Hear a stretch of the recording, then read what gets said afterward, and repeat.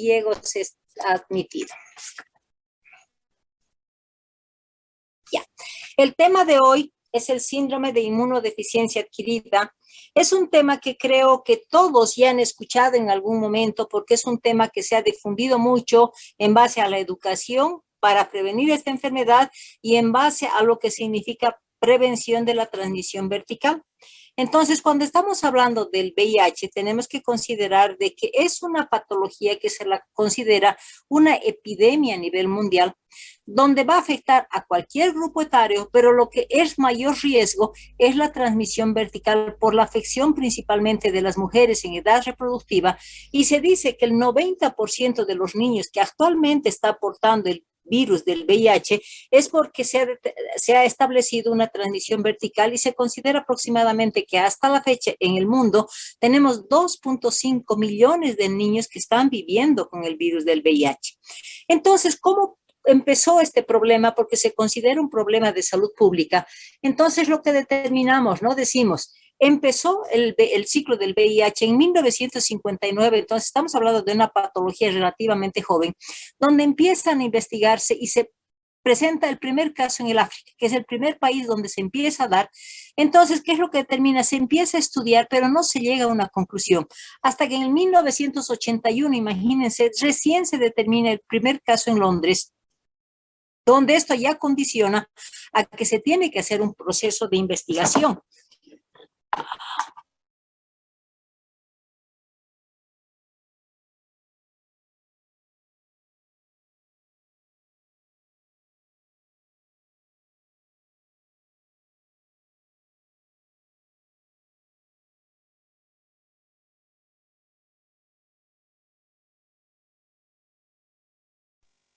Gente, a doutora saiu? Eita, eu acho que caiu a internet dela. Se ganhou na doutora! Acho que a internet dela é da Tigo.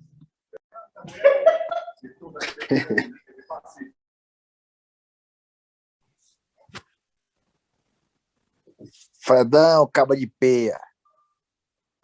Deixa ela assim, pelo menos eu tô assistindo o Flamengo. Rayane, tu tá assistindo o jogo. Claro, meu bem. A doutora saiu da aula de lado aí, ó.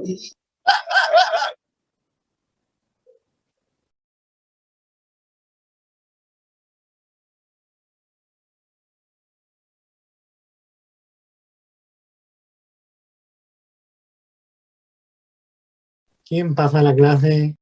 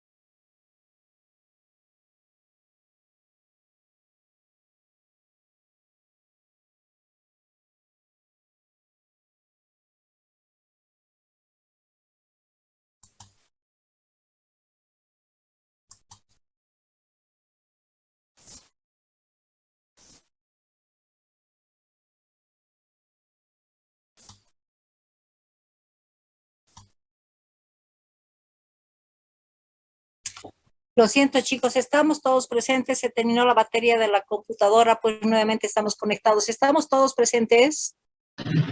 Sí, sí, doc. Sí, doutora. Doutora! Nuevamente empezamos, ¿ya? Entonces se dice que el primer caso fue en 1959, pero lo que llamó más la atención es en el 1981, donde se determina el primer caso en Londres. Esto que determina no se determina como enfermedad propiamente dicha y como afecta a un grupo, principalmente estamos hablando de los heterosexuales que considera ese grupo. Entonces es un médico inglés que empieza a establecer la investigación en estos grupos que se determinaba esta patología, pero no determinan como una enfermedad del VIH en sí, sino que determinan como si fuera una afección de los ganglios principalmente, y lo designan como un cáncer raro, que específicamente va a afectar principalmente a los homosexuales.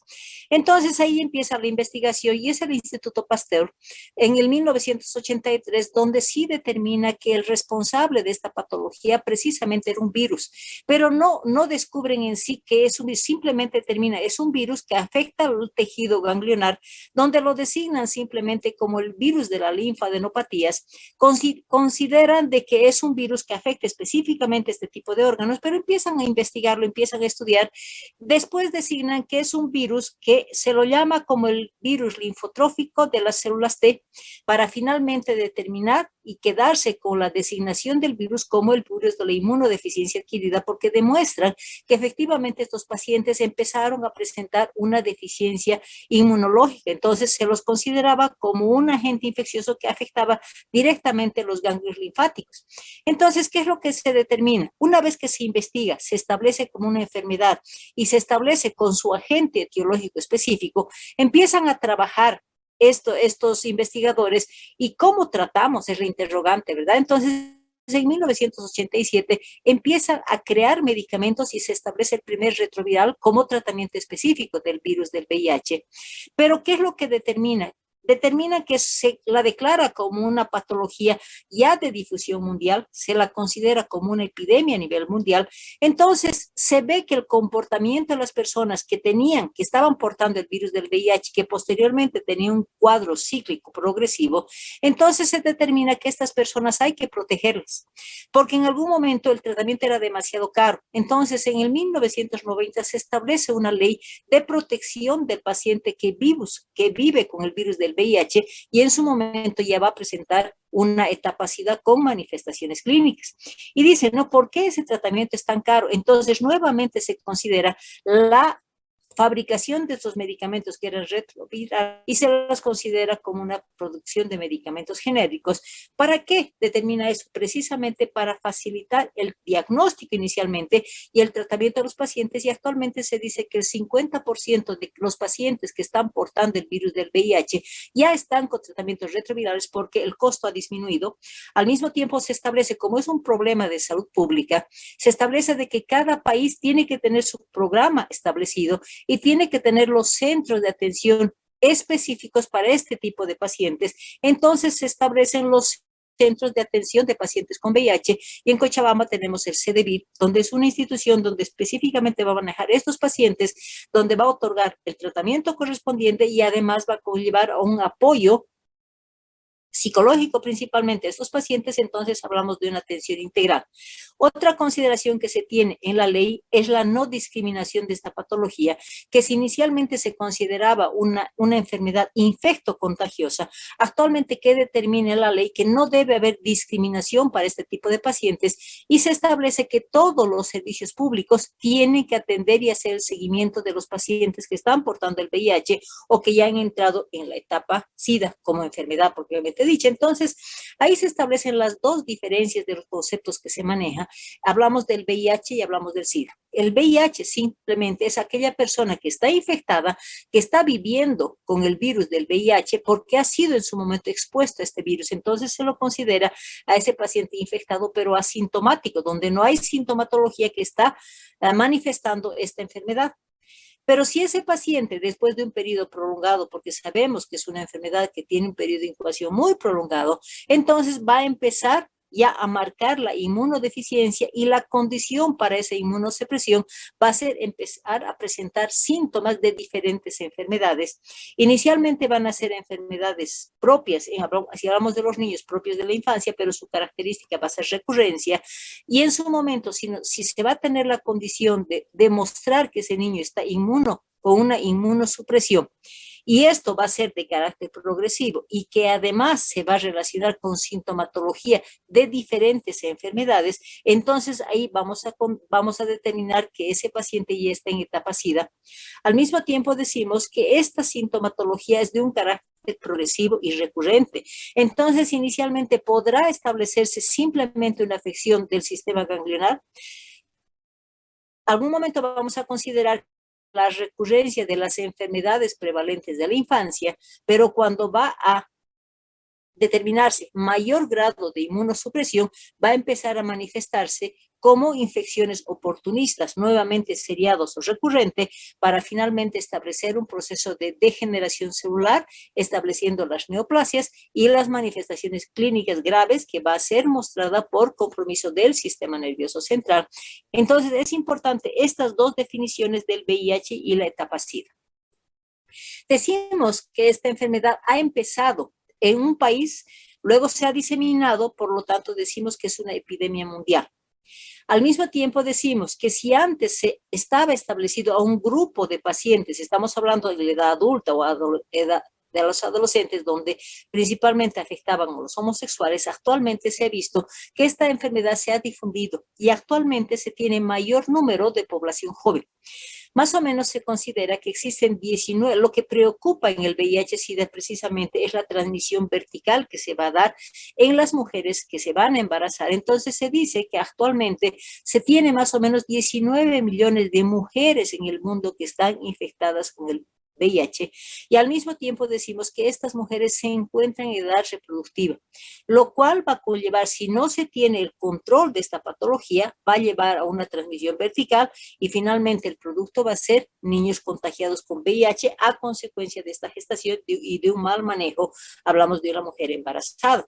Entonces, al mismo tiempo consideramos que en general decimos que en el mundo van a existir 42 millones de personas que están viviendo con el VIH, pero si bien decimos que es una enfermedad mortal, actualmente por el manejo de los retrovirales que se está utilizando en estos pacientes, se ha logrado controlar este proceso y darle una condición de mayor tiempo de supervivencia, vamos a decir, en los pacientes, porque se logra controlar la multiplicación del virus. El problema que se determina en el número de pacientes que están conviviendo con el virus del VIH es que el 50% se encuentra en la edad de 15 a 24 años y que el 95% de estos pacientes, antes se considera África y se consideraba países desarrollados, vamos a decir, y actualmente, ¿qué es lo que se determina? Que invade los países en desarrollo y el 95% de los casos nuevos se están determinando que se van a presentar principalmente en los países en desarrollo. Actualmente, si estamos hablando de niños, decimos que 550,000 niños por año nacen en el mundo a consecuencia de una madre infectada y no controlada. Entonces, si ahí hablamos del agente etiológico del virus del VIH, sabemos que tenemos el virus tipo 1 y el tipo 2. Las características de este virus es que va a infectar las células, principalmente estamos hablando de los linfocitos T, pero su característica de su invasión va a ser darle posteriormente una etapa demasiado prolongada en el tiempo que se va a dar la multiplicación. Por eso se dice que es un virus lentivirus, de la familia lentivirus, porque poco a poco se va multiplicando y las manifestaciones clínicas van a ser un periodo demasiado prolongado. Actualmente no se ha llegado a curar la cura, no se ha determinado la cura, pero sí se ha establecido el control para evitar llegar a una inmunosupresión grave a través de los retrovirales. Lo que preocupa es que este virus va a afectar principalmente el sistema hematopoyético y lo más grave es cuando afecta ya el sistema nervioso central, y la condición para que se vaya a presentar la etapa SIDA o las manifestaciones clínicas de esta enfermedad es cuando ese niño ya determine un estado de inmunosupresión que va a ser el resultado de la presentación de las diferentes enfermedades. Entonces, ahí debemos considerar qué ciclo tiene el virus del VIH. Decimos, ¿no?, que la relación vamos a establecer entre los linfocitos CD4 y los virus del VIH. En el linfocito se tiene una glucoproteína que se la va a llamar la glucoproteína 120, que es la puerta de entrada, si quieren, al virus, a la célula, al linfocito. Entonces decimos que el enlace que se establece entre el virus y el linfocito CD4 va a ser precisamente esa glucoproteína, que es la puerta de ingreso, que es lo que se va a dar para invasión de la célula. Posteriormente se va a dar la unión o la fusión, si quieren, del virus con el linfocito para finalmente ingresar dentro de la célula, y es a través de la transcriptasa inversa es que se va a dar la integración y se va a dar al mismo tiempo la copia. Es un virus RNA, entonces va a copiar el DNA de la célula, por lo tanto no va a ser reconocido inicialmente como un agente extraño, por lo tanto le va a dar la condición de una multiplicación intracelular. Una vez que se ha dado esa multiplicación intracelular, ya la célula no va a contener, entonces tiene que seguir produciendo mayor cantidad de virus, entonces se va a dar la condición de lo que se llama el ensamblaje del virus o la creación del núcleo del virus del VIH, para nuevamente, una vez que se ha roto el linfocito, va a liberarse los virus nuevos, que se va a llamar la gemación de los virus, para nuevamente dar la condición a nueva invasión de células, y es de esta manera en que se van a ir destruyendo los linfocitos CD4 y va a dar curso a mayor generación de estos virus, y como consecuencia va a producirse la inmunodepresión. Se dice que este virus es un retrovirus humano, pero pertenece a la familia lentivirus, o sea, es lento, pero va trabajando hasta lograr la inmunosupresión del paciente. Entonces, ¿qué es lo que se da? Si recordamos un poquito, decimos que el virus tiene una adherencia con los virus del VIH, entonces el virus con las moléculas o con los linfocitos CD4 se juntan por la presencia en la pared de la glucoproteína 120, que es el punto de ingreso que se va a dar hacia la célula. Va a ingresar dentro de la célula y a través de la transcriptasa inversa se va a dar la multiplicación, y obviamente como este virus no va a ser reconocido como un agente extraño, entonces se dice que como es un virus RNA, va a copiar el DNA de la célula, por eso es que va a tener una libre multiplicación a nivel celular, y finalmente esa multiplicación lo va a condicionar a que no va a poder abastecerse y mantenerse dentro del linfocito. Entonces se va a dar nuevamente creación de las nuevas moléculas virales, donde se establece el ensamblaje o la creación nuclear, si quieren, del virus del VIH, para posteriormente darse la liberación, la creación de nuevos virus y luego ir tomando los nuevos linfocitos, y de esta manera va a producir una inmunodepresión. Su preferencia de hábitat siempre van a ser los ganglios linfáticos, afecta principalmente a las células T4, y la condición para su multiplicación y destrucción celular siempre va a ser la alta multiplicación interna, destrucción de la célula, liberación de nuevos virus para que continúe con el trabajo de mayor afección de estas células TD4, y como condicionante hemos dicho que se va a dar la inmunosupresión. Lo que preocupa muchas veces es esa invasión o esa afección del sistema nervioso central, y eso se va a determinar cuando ya no solamente vaya a tomar las células T4, sino vaya a afectar los monocitos y los macrófagos, que son los que van a considerarse mecanismos de defensa, si quieren, del sistema nervioso central. Entonces, cuando son afectados tanto los monocitos como los macrófagos, va a dar la condición de la invasión del sistema nervioso central. Sabemos que el virus del VIH es una enfermedad contagiosa, y los medios de contagio van a depender de la edad. Entonces, hablamos de la edad de los preadolescentes, adolescentes, que se considera, va a ser en relación a secreciones de sangre, los hemocomponentes, y en base a ese factor de hemocomponentes es que también dentro de la ley se establece que se determine una ley de la sangre segura, porque antes se consideraba un medio de contagio alto cuando no se tenía esa condición de la ley. Entonces se determina que la ley de la sangre segura, uno de los objetivos va a ser donar sangre sin ese factor del VIH.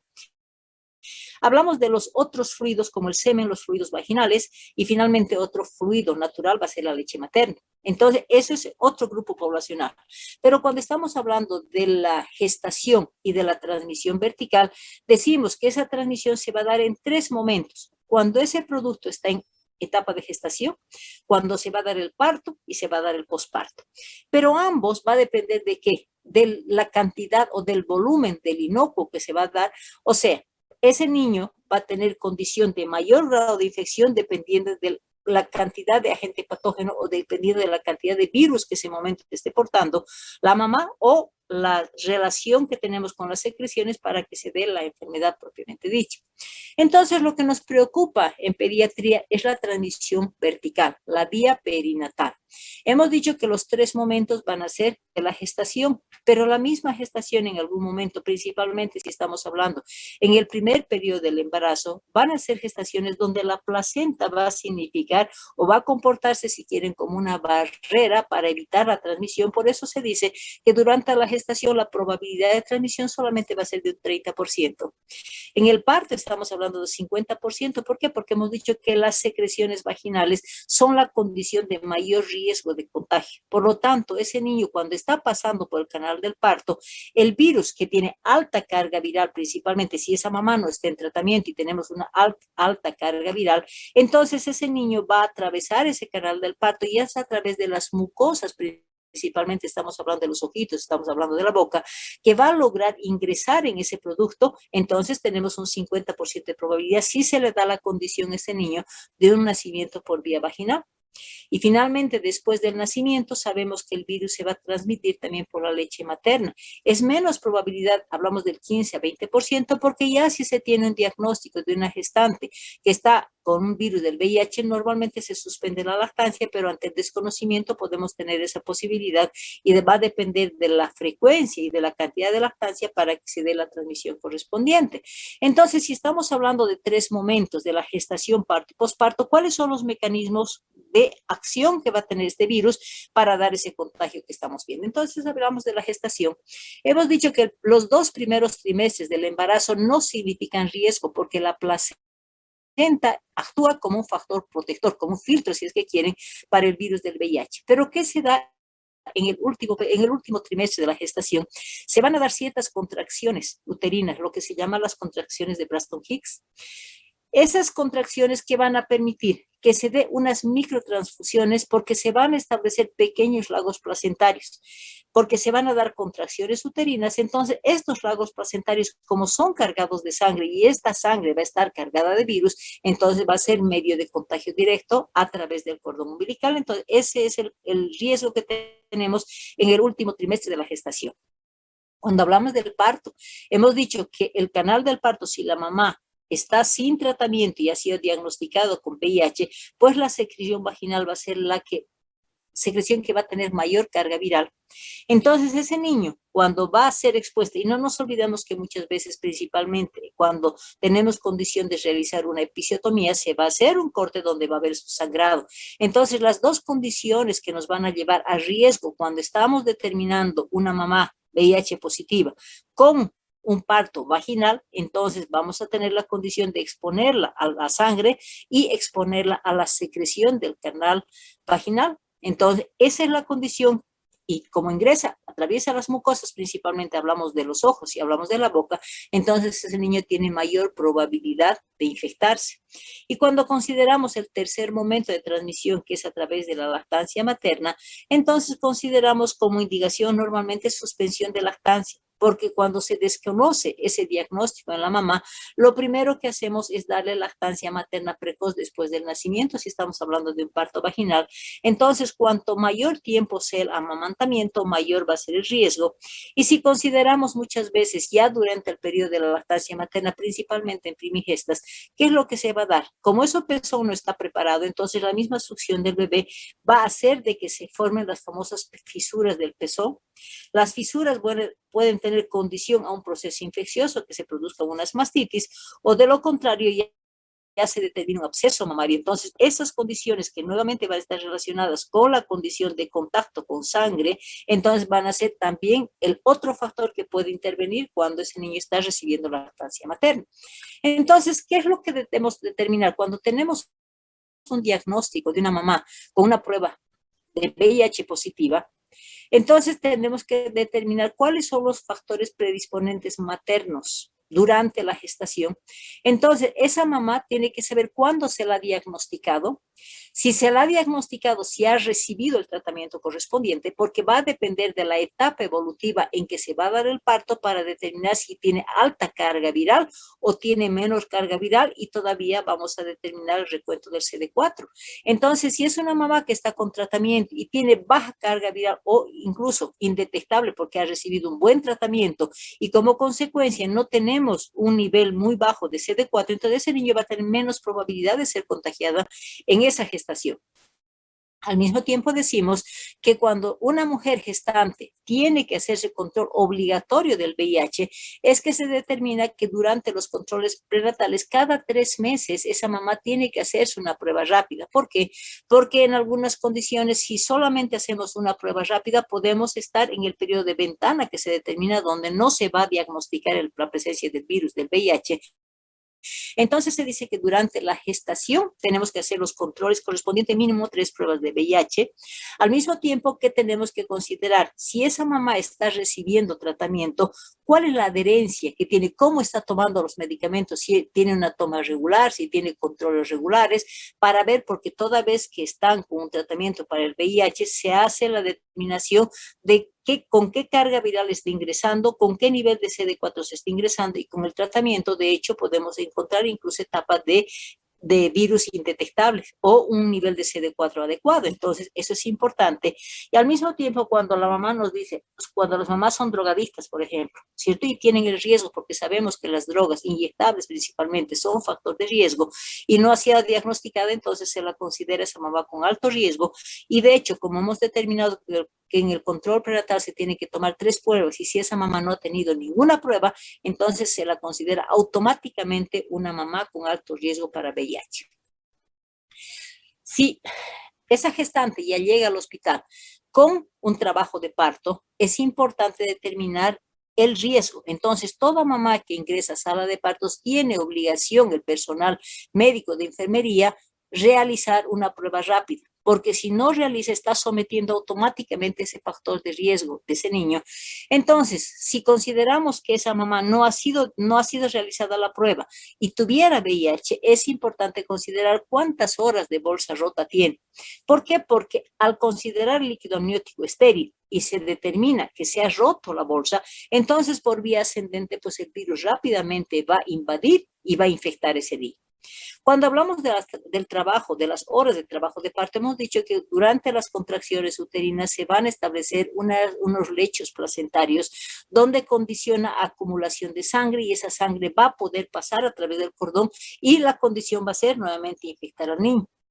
En una mamá con VIH está contraindicado el tacto. ¿Por qué? Porque normalmente cuando estamos hablando de que se asocia a un trabajo de parto que ya tenido una bolsa rota, y cada vez que hagamos tacto vamos a condicionar al ascenso del virus por la contaminación que se determina en el canal vaginal.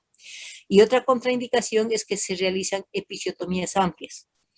O si estamos con la condición de una complicación que es el desgarro, entonces toda episiotomía o desgarro va a liberar sangre, y si esa sangre está contaminada y se pone en contacto con las mucosas o conjuntivas del niño, va a dar condición a mayor riesgo. El parto prematuro, ¿por qué? Vía vaginal decimos, porque ese niño está inmaduro, tiene todas las barreras naturales inmaduras, entonces es fácilmente posible de que se vaya a contagiar, y de hecho se considera que una mamá que está portando el virus del VIH, aunque se determina que si se le cuantifica la carga viral y el recuento de CD4 y estamos en parámetros normales, se puede dar la condición de un parto vaginal, pero de preferencia cuando no tenemos una condición de ese diagnóstico, entonces se indica un parto cesárea y no un parto vaginal, porque el parto vaginal hemos dicho que es la condición de mayor riesgo de contaminación, hasta un 50%. Y cuando llega una mamá con trabajo de parto con alguna condición de indicación de cesárea de emergencia, sin una prueba anterior confirmatoria de si tiene o no tiene VIH, automáticamente se tiene que considerar la probabilidad del factor de riesgo. Y tenemos, ¿no? Entonces, si una mamá que ya está infectada va a tener el riesgo de la transmisión vertical, pero esa mamá tiene que tener una progresión de un ciclo de infección del virus, donde hemos dicho, ¿no? Que estamos hablando de las semanas, hablamos de la etapa primaria, donde esa mamá simplemente ha estado con el contacto y no tiene ninguna sintomatología. Una vez que el virus ha ingresado y ha empezado su multiplicación, le va a dar un periodo muy largo, hablamos de un periodo de latencia clínica muy larga, donde va a ser asintomática principalmente, y estamos hablando de 8 a 10 años, para posteriormente empezar la sintomatología general, que se caracteriza por enfermedades prevalentes de los diferentes grupos etarios, pero es sintomatología general, pero la característica es la recurrencia, o sea, cada vez está con diarrea, cada vez está con problemas respiratorios, entonces esa recurrencia me va a condicionar a que ya empecemos a sospechar de la sintomatología del VIH. Finalmente, cuando ya hay una alteración inmunológica, se va a determinar la presencia de enfermedades oportunistas, y finalmente, si es que no se ha logrado hacer el tratamiento adecuado, pues ese paciente va a llegar hasta estado de muerte. Entonces, la clínica en los diferentes grupos etarios se va a diferenciar por presentar 3 fases. Uno es la fase inicial primaria, que se llama, que va a durar varias semanas, y es la etapa en que el paciente ha estado en contacto con diferentes secreciones, vamos a decir. Entonces esa va a ser la condición de que va a establecer el contacto, el virus ingresa al organismo del niño y empieza su trabajo de la multiplicación, pero en ningún momento vamos a tener una clínica que nos haga sospechar, simplemente el antecedente del contacto de la otra persona con componentes hemáticos, o estamos hablando con las secreciones del organismo, entonces vamos a considerar que ese pacientito ya ha entrado en la fase inicial primaria. Posteriormente, ya ha tomado el virus ese organismo, ya está empezando a trabajar con la invasión de los linfocitos CD4 para establecer ya la fase de latencia clínica. El paciente es asintomático y el virus simplemente está trabajando, está multiplicando y va a destruir las células para establecer una inmunodepresión, pero muy lentamente. Entonces decimos que esto puede durar 5, 7, hasta 10 años. La mayoría de estos pacientes no tienen ninguna sintomatología, pero han tenido solamente ese antecedente del contacto, y después de 10 años ya va a empezar a presentar, si no se ha hecho el diagnóstico y no se ha implementado el tratamiento profiláctico, entonces vamos a considerar ya la etapa de la manifestación clínica, que se la va a llamar la etapa de la fase final o crisis o etapa sintomática, en que clínicamente se va a presentar la sintomatología, que incluso al principio no nos va a permitir sospechar del VIH con la etapa SIDA, porque van a ser las manifestaciones de patologías prevalentes que se van a empezar a manifestar, pero con recurrencia. Para posteriormente, hemos dicho, cuando ya se establece la inmunodepresión, van a empezar a actuar los oportunistas para posteriormente determinar cómo va a continuar el ciclo clínico. Se magnifica la inmunodepresión, donde va a establecerse ya la degeneración celular y finalmente se va a dar la muerte. Entonces, es una etapa clínica en los pacientes pediátricos y lo mismo es en los adultos. Pero, ¿qué es lo que nos debe preocupar? Es la clínica de la transmisión vertical. Entonces, hemos dicho que no todos los niños que son producto de madres con VIH se van a enfermar. Va a depender mucho de las condiciones de nacimiento y la prevención que se ha dado para disminuir el riesgo de la contagiosidad vertical. Pero si no se considera esa indicación de un parto cesárea y condiciones de controlar cuál es la condición patológica de la mamá, se dice que muchos niños, aproximadamente el 20% de los niños de esas mamás gestantes que son VIH positivas, solamente el 20% de los niños van a ser infectados si se tienen las condiciones de control que hemos mencionado, ¿sí? Y hemos dicho que en los adolescentes o los adultos va a tener un periodo prolongado de 8 hasta 10 años. En los niños no es así, porque la clínica va a presentar ya precozmente, y vamos a decir que se va a presentar a partir del año de edad, entonces al año ya se puede hacer el diagnóstico correspondiente. Ese es un 20%, pero el 80% de la transmisión vertical son niños que van a tener nuevamente un comienzo lento y progresivo. Por lo tanto, va a ser el periodo de manifestación clínica asintomática, vamos a decir, hasta los 3 años de edad. A los 3 años va a empezar recién las manifestaciones comunes con enfermedades prevalentes y con el cuadro progresivo, para posteriormente, si no se hace el diagnóstico, entonces va a determinar la afección de las enfermedades oportunistas, que ya es nuestro indicador de que ese paciente está con una inmunodepresión importante y está en la etapa específica de enfermedad, que la vamos a llamar la etapa SIDA.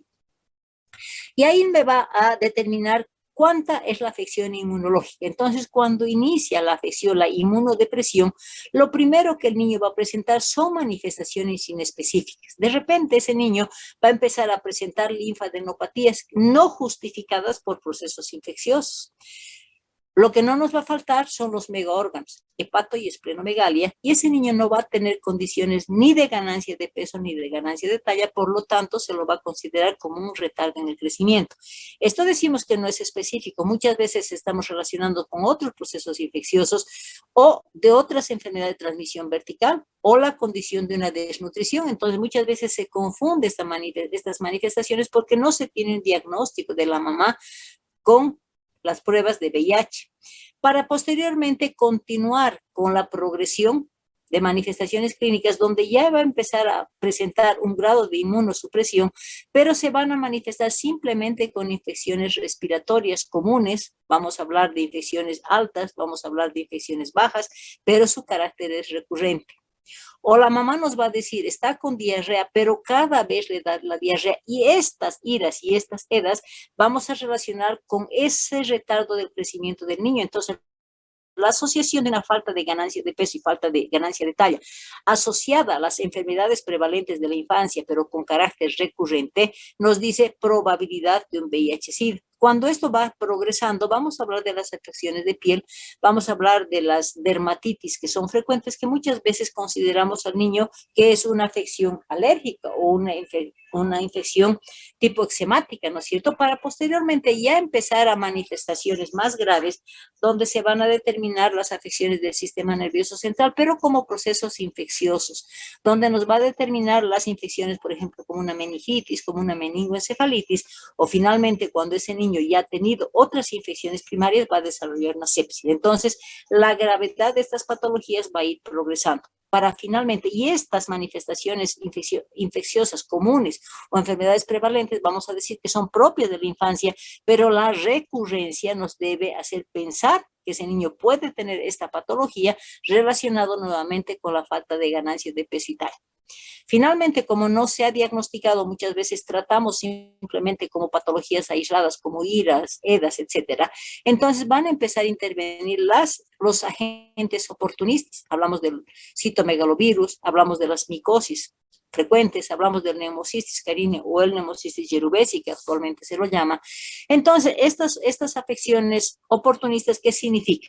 Que si nosotros vamos a ver en un niño principalmente lo que es como unas moniliasis oral, placas blanquecinas muy diseminadas en la boquita principalmente, entonces vamos a determinar como una afección micótica, que es común en algunos niños, pero dependiendo de la magnitud de afección, entonces nos hace pensar con el VIH, y de hecho hemos dicho que las neumonías por Yerubesi o Pneumocystis carinii van a estar relacionadas con la inmunodepresión.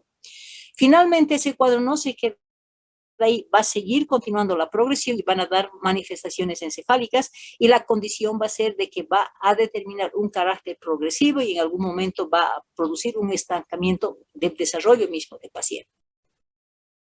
Cuando ya marca una inmunodepresión establecida grave, entonces va a alterarse, hemos dicho, la consecuencia, la afección del sistema nervioso central, y la consecuencia, lo que nos va a dar posteriormente a la valoración de esa afección del sistema nervioso central, que ese niño va a tener una alteración en la memoria. Va a ser un niño que no va a poder memorizar, va a ser un niño que no tiene, la mamá nos va a decir, no tiene concentración en el colegio. Entonces, si no tenemos ese antecedente y esa progresión de sintomatología, porque recuerden que el paciente que está portando el virus del VIH, que entra en la etapa de manifestaciones clínicas sintomáticas, siempre va a tener ese cuadro progresivo. Y finalmente puede presentarse las parestesias o las neuropatías. Cuando ya hablamos de una descompensación general, hablamos de que va a haber afecciones dermatológicas como los eczemas, las petequias y las vasculitis. Para después, y ya en la última etapa de la etapa SIDA, va a entrar el proceso de degeneración celular, donde, como hemos dicho, que principalmente el tejido linfático es el tejido que va a ser más afectado, entonces la degeneración celular va a ser precisamente de este tejido donde va a establecerse el linfoma, el leiomiosarcoma, o en algún momento puede desencadenar hasta las leucemias. Si hablamos del sistema hemático, puede haber un descontrol total del sistema hemático, estableciendo una púrpura una leucopenia importante o diferentes grados de anemia, principalmente determinando la gravedad de esta afección. Entonces, en base a todas esas afecciones, ¿qué es lo que se determina como una clasificación que se establece por los diferentes autores? Y decimos, la clasificación que se determina cuando ese paciente entra en clase P0, es un niño que tiene el antecedente de tener una mamá VIH positiva, que no ha recibido ningún tratamiento profiláctico y que se la va a considerar como una infección indeterminada porque todavía no ha afectado el sistema inmunológico. Entonces, aquí nos queda solamente el antecedente de que tiene la mamá, ha sido positiva y que el niño está portando el VIH, pero no tenemos una afección inmunológica.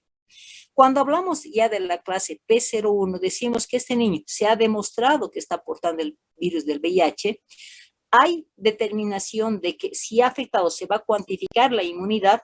Si cuantifica la inmunidad, lo vamos a clasificar y decimos que todavía esa inmunidad está normal, vamos a decir que es una clase P01A, porque tiene una inmunidad normal, pero que se ha demostrado que el paciente ya está portando el virus del VIH. Pero cuando ese pacientito ya empieza a presentar algún grado de inmunodepresión, vamos a clasificarlo como P01, pero del tipo B, porque ya tenemos una inmunidad anormal. Finalmente, hasta aquí hablamos de un paciente que está en la etapa clínica asintomática, para después establecer la infección sintomática entrando en la etapa SIDA, donde ya de hecho se interviene como la clase P2, donde ahí nos diferencia, ¿no? Si es un paciente que ya presenta una clínica inespecífica, hablamos de afección de tejido ganglionar, las adenopatías, hablamos de la hepatoesplenomegalia, y consideramos que ese paciente, a través de esas manifestaciones clínicas, lo vamos a clasificar como clase P2 del tipo A. Cuando ese niño va a tener afecciones neurológicas, afecciones como una meningitis, como afecciones graves del sistema nervioso central, lo clasificamos como el P2, clase B. Cuando consideramos ya los oportunistas, como la afección por Pneumocystis carini o la neumonía intersticial o la afección linfoidea, ya clasificamos como P2C. Cuando consideramos la afección principalmente, y aquí también entra la afección de la tuberculosis como una enfermedad oportunista, clasificamos como una P2 del tipo D. Cuando consideramos la clase P2, cuando ya vamos a determinar la posibilidad y el diagnóstico de presencia de cánceres secundarios, principalmente estamos hablando del linfoma, y las leucemias consideramos como clase P2 del tipo E. Y finalmente, cuando ya hay una descompensación generalizada, cuando hay compromiso multiorgánica, entonces decimos que estamos una clase P2 del tipo F. Entonces, va a depender en el momento en que lo encontremos ese niño para que diferenciemos esa etapa que hemos dicho, la etapa inicial, que es la etapa aguda, la etapa asintomática y la etapa sintomática para determinar finalmente la descompensación general y la muerte de ese paciente. Entonces, si tenemos todos esos antecedentes que nos están diciendo, decimos, ¿no?, que la infestación del virus del VIH se va a identificar. Lo que antes se manejaba eran las pruebas virológicas. Se hacía el aislamiento del virus o se hacía el PCR. Actualmente no se está manejando las pruebas virológicas y se limita simplemente a las pruebas serológicas, y lo que se considera actualmente es, si estamos hablando de la transmisión vertical principalmente, la prueba rápida cada 3 meses. Por esa etapa que hemos dicho que esa gestante puede entrar en el periodo de ventana y no nos permite hacer un diagnóstico adecuado. Una vez que se tiene la prueba rápida, se maneja el diagnóstico del método de ELISA para el VIH, y finalmente, una vez que se considera la positividad de la ELISA con la presentación de la IgM como un cuadro actual, entonces se establece la evaluación a través del método de Western-Blot, que es el confirmatorio para el VIH. Eso cambia un poquito porque actualmente dentro de del nuevo manejo de diagnóstico de la prueba del VIH se maneja como 2 pruebas rápidas de diferente procedimiento o de diferente industria para el diagnóstico correspondiente. Entonces, es importante hacer la confirmación para hacer el tratamiento. ¿Y cuándo vamos a establecer un tratamiento? El tratamiento se determina del momento en que ese niño se está contagiando y decimos, ¿no?, si es que tengo un contagio, un inicio de sintomatología o un diagnóstico del VIH, debemos considerar que ese niño tiene que estar inicialmente con un inicio de síntomas. Por ahí se maneja, ¿no?, el tratamiento profiláctico y el tratamiento propiamente dicho. El tratamiento profiláctico es cuando se tiene un diagnóstico a través de las pruebas serológicas y se implementa el tratamiento. O el tratamiento propiamente dicho cuando el paciente ya tiene sintomatología clínica y nos va a permitir hacer el tratamiento correspondiente. Entonces va a depender de la etapa en que vayamos a ver. Entonces decimos que cuando un paciente ya está presentando sintomatología, obligadamente tenemos que determinar en qué condición inmunológica está este paciente. Y peor si es que tenemos un paciente que ya está con infecciones oportunistas, entonces eso ya me está diciendo que ya está en la etapa de enfermedad propiamente dicha. En esos pacientes tenemos condición de medir el recuento de CD4 y si vamos a encontrar menos de 100.000 copias por milímetro cúbico, entonces ya me está diciendo, células por milímetro cúbico, se dice que ya está en etapa de compromiso inmunológico. Y cuando medimos la carga viral, decimos, si tenemos más de 100.000 copias por ml, entonces este paciente también está con compromiso inmunológico. Entonces ahí nos determina iniciar un tratamiento. Y cuando estamos hablando del tratamiento, tenemos diversidad de retrovirales, ¿verdad? Entonces tenemos los inhibidores nucleósidos de la transcriptasa reversa, tenemos la acidobudina, la salcitabina, estabudina y la amibudina. Al mismo tiempo, el abacavir también se incorpora dentro de la transcriptasa reversa y los inhibidores no nucleósidos de la transcriptasa reversa es el nevirapina y el efivarens.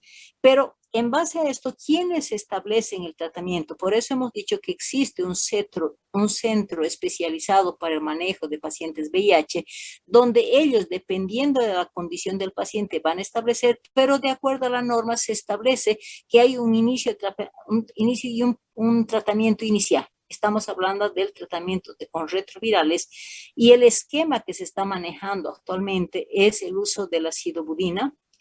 Estamos utilizando la lamivudina y manejamos también la niverapina.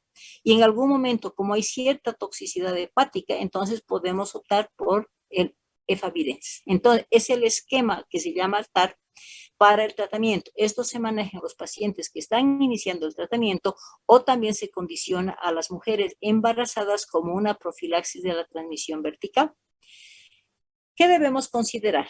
Que el tratamiento del VIH es un tratamiento que va a disminuir la réplica viral, va a disminuir la condición de progresión clínica, entonces se dice que se va a estabilizar un poco la enfermedad y le va a dar condiciones de mejor tiempo de vida y mejor calidad de vida al paciente, pero con la condición de que si no tiene una buena adherencia y no respeta un buen tratamiento, entonces siempre va a tener la condición de un ciclo progresivo. Consideramos que estos retrovirales en algún momento pueden producir muchas molestias gastrointestinales, en algún momento vamos a tener efectos colaterales. Entonces, ahí interviene el apoyo psicosocial y el apoyo nutricional al paciente, porque lo que se tiene que lograr es una buena adherencia, porque ese tratamiento va a durar por toda la vida. Entonces, va a determinar esa condición de ese paciente para lograr parar la inmunidad y evitar de esa manera la progresión de la enfermedad. Pero si estamos diciendo que el problema en pediatría es la transmisión vertical, entonces tenemos que saber el manejo de aquellos pacientes que vamos a tener el manejo del embarazado. Entonces determinamos que el manejo de la embarazada dice, ¿no? O sea, cuando esa mamá gestante va a llegar al hospital, entonces, y sabemos que tiene o nos ha dado una prueba rápida positiva, entonces tenemos que condicionar. Hemos dicho que el canal del parto tiene alta concentración de carga viral. Por lo tanto, en estas pacientes no podemos darle la condición de parto vaginal. Entonces está indicada la cesárea. Y el tipo de cesárea que se la va a designar es una cesárea seca. En realidad, lo que se protege y se disminuye ese contacto con la sangre porque es un procedimiento quirúrgico, por eso se la va a llamar la cesárea seca. Entonces, pero hay que preparar a esa mamá que en su momento de la cesárea tenga menos carga viral. Entonces, 2 horas antes de la cesárea se le va a dar la acidobudina, 2 miligramos por kilo de peso vía endovenoso. 1 hora antes de la cesárea se le va a dar 1 miligramo por kilo de peso nuevamente vía endovenosa. ¿Para qué? Para disminuir en ese periodo la carga viral y no tenga el riesgo de ese contacto con sangre. Entonces, de esta manera lo que se está disminuyendo, hemos dicho, la carga viral, pero el recién nacido tiene la probabilidad de la gestación, entonces decimos que el recién nacido después de su nacimiento, 6 a 8 horas por nacimiento, también tiene que recibir un tratamiento profiláctico. Y hablamos de la administración también de la acidobudina a dosis de 4 miligramos por kilo de peso. Vamos a darle cada 12 horas por 6 semanas. ¿Por qué? Porque en estos pacientitos no tenemos condición de diagnóstico inmediato de esta enfermedad. Por eso, si es que nosotros queremos implementar, por ejemplo, la prueba rápida en esos niños, no podemos porque simplemente puede ser traspaso de anticuerpos que nos van a permitir diagnósticos erróneos. Por eso se dice que estos niños tienen que recibir la acidobudina profilácticamente para disminuir la carga viral y muchas veces evitar esa transmisión que hemos mencionado.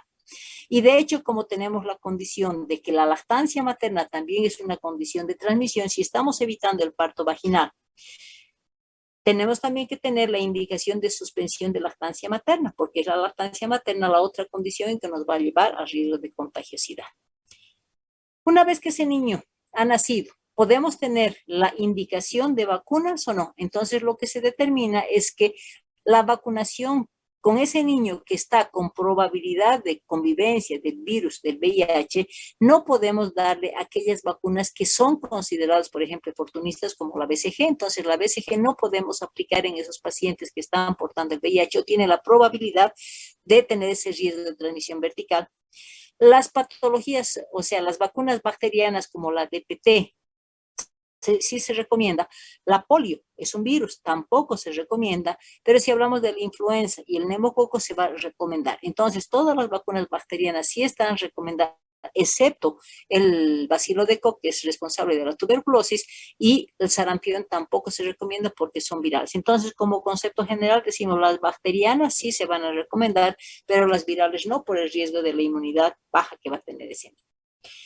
Estamos considerando una enfermedad de transmisión y también en esta patología se considera el riesgo laboral. Por lo tanto, para todo el personal, como actualmente se determina de que todas las pacientes o todos los pacientes y los niños que están portando el VIH, que si antes se manejaba dentro del componente de riesgo de infecto contagioso y eran centros establecidos para el manejo de estos pacientes, actualmente dentro de la normativa del sistema público dice que todo paciente que está portando el virus del VIH o tiene ya la enfermedad en la etapa SIDA, se puede ser atendido en todos los centros del sistema público. Por lo tanto, ahí van las recomendaciones de bioseguridad para el personal de salud.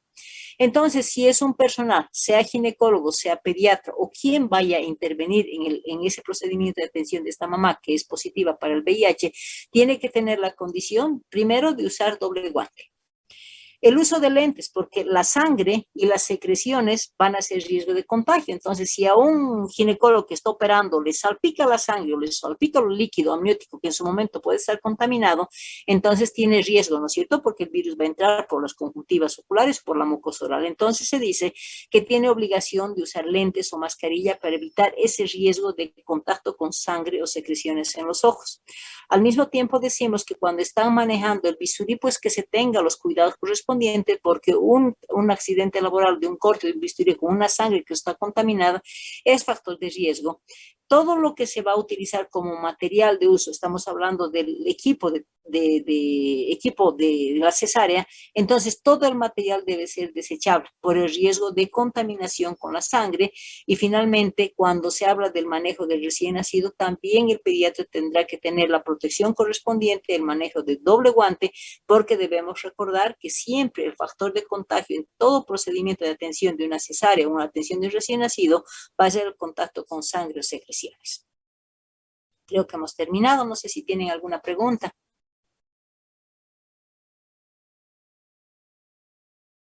No, doctora. Nada, está todo bien. Bueno, chicos, entonces hemos terminado la clase. Los